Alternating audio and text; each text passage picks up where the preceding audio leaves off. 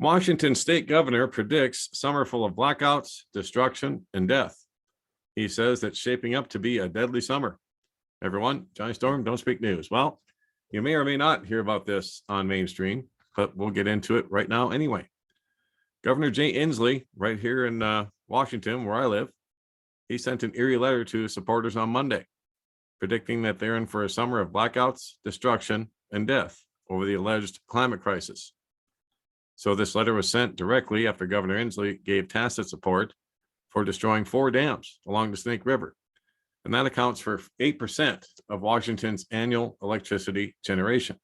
So yeah, there would definitely cause some blackouts in the state of Washington over that. And last week, Governor Inslee gave implicit support to destroying the Snake River dams and 8% of Washington's electricity generation. So I guess going green isn't good enough. They just have to destroy everything. And that's what this great reset is all about, as we've talked about many times.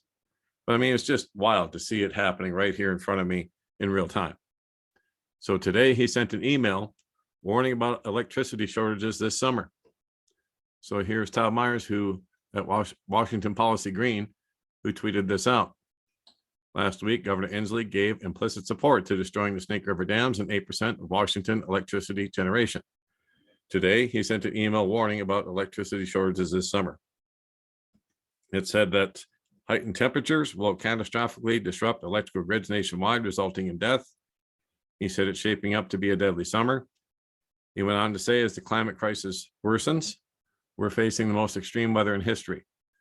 While Washington state faced the wettest start to the summer in over 70 years, other states are preparing for sweltering temperatures that will catastrophically disrupt our fragile electrical grid. That means blackouts, death, and destruction. Just look at the headlines. Well, yeah, that's true. But they're taking stuff offline all the time. They just took a nuclear power plant offline in Michigan that had an excellent safety record. There was no real reason to take it offline. They just scheduled it to take it offline. And so that took a whole bunch of power away from the grid as well. So what he's saying here in part is not just, the Snake River dams he's talking about, but he's also talking about the national grid and how, it's interconnected, and a failure in one spot can cause a failure in multiple spots, if not the whole thing, especially once, nuclear war starts or someone sends an EMP over here. So anyway, Governor Inslee and Senator Patty Murray released a draft report in early June saying that breaching the Snake River dams would allegedly be the best way to save the Snake River salmon that are on the endangered species list, which is absolute complete crap. Stop your geoengineering, and then you would stop all the salmon and other animal die-offs, but it's too late for that now. They just can't tell us that, because everybody would just absolutely string them up.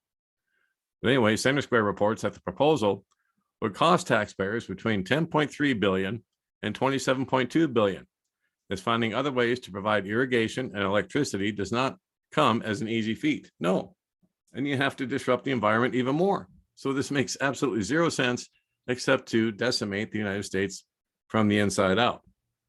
And of course, Inslee is completely sold out to the New World Order. Don't ever think he's not. He's all about Bill Gates and all that stuff, and China and all that stuff, and the WHO. You betcha. He's all on board with that. Now, Myers has long warned about removing dams from the Snake River, which has been a topic of discussion in the state for decades, stating that the removal of the dams would be akin to destroying every wind turbine and solar panel in Washington. Yeah, so why would you want to do that? It makes zero sense. Oh, to save some salmon that are on the endangered species list, really? Really? Once again, just more pathetic excuses. So annually, they say the dams generate 8.3 million megawatt hours of electricity, or 8% of Washington's energy. That is more clean energy than is provided by all the wind and solar facilities in Washington state added together.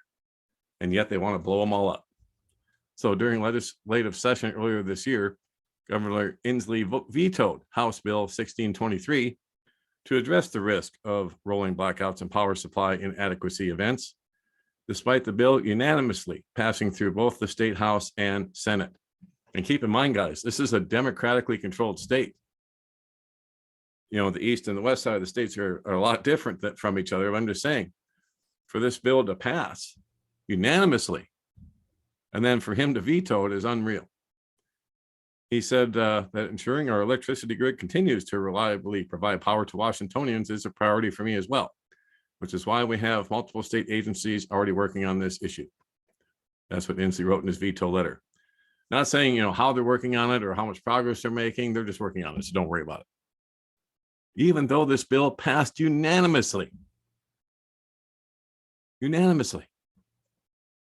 Everybody got together and said, yeah, we agree that rolling blackouts and death and destruction probably are not a good thing for Washington. So let's address this issue.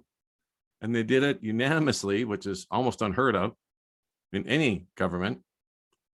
And yet he vetoed it. So who does Governor Inslee work for? It's not you. So all of you idiots here in Washington that voted for him, what's wrong with you? You should go look in the mirror and slap yourself right now. I mean, he's not for you. He's all about the New World Order, China, all that stuff. That's what he's about. And now he's predicting what's coming. And he's right. It's coming. But not just because of these Snake River dams and the salmon, but because of war. And we're in the tribulation hour right now.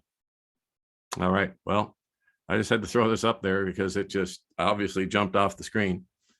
So don't forget, don'tspeaknews.com, home base for everything else that we do.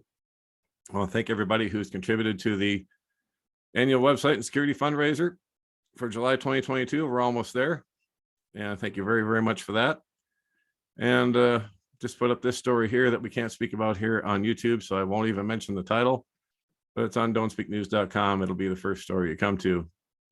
And there's much, much more, of course, over 800 stories now and videos and articles here on don'tspeaknews.com, home base for everything that we do. So when YouTube goes down, this is where we're at, guys. And the main channel won't come back until, well, it's either the 22nd or 23rd. I'll just say the 23rd because they always seem to extend it one extra day. But yeah, the main channel's been down for a couple of weeks. We'll be back Wednesday or Thursday on that channel, God willing. So thank you for watching. God bless. Take care. Johnny Storm, don't speak.